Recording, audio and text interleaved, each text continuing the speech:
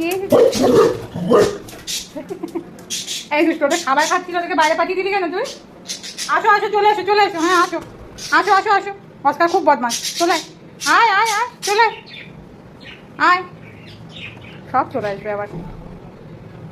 এই দুষ্টামিটা করে বলেই তো আমি এই জানলাটাকে আটকে রাখতে হয়। এইখানে এই যে দানা দিই, এই যে দানা খাচ্ছে।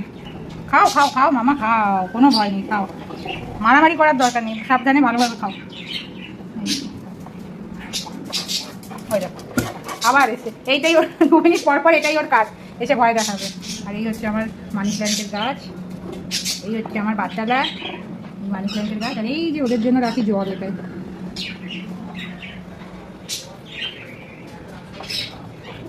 হ্যাঁ, অস্কার যদি দুষ্টু না হতো তাহলে আমি জানলাটা খুলে দিতাম, তাহলে ওরা ভালোভাবে ভেতরে এই সাইডের এই সাইডে বসে আরামসে খেতে পারতো। কিন্তু কী করা যাবে, খাবার জন্য লাইফ রিস্ক করিয়ে তো লাভ নেই বাচ্চাদের।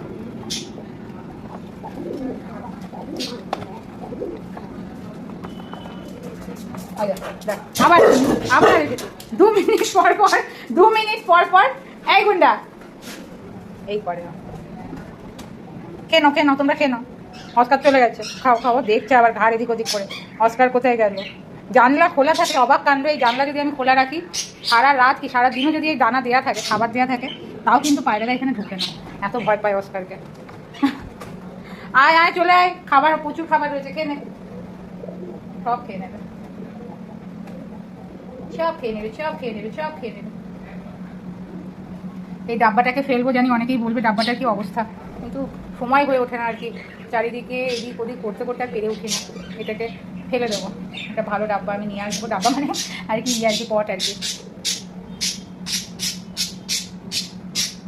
আর একজন চেঁচিয়ে যাচ্ছে এখান থেকে, পক পক পক পক করে।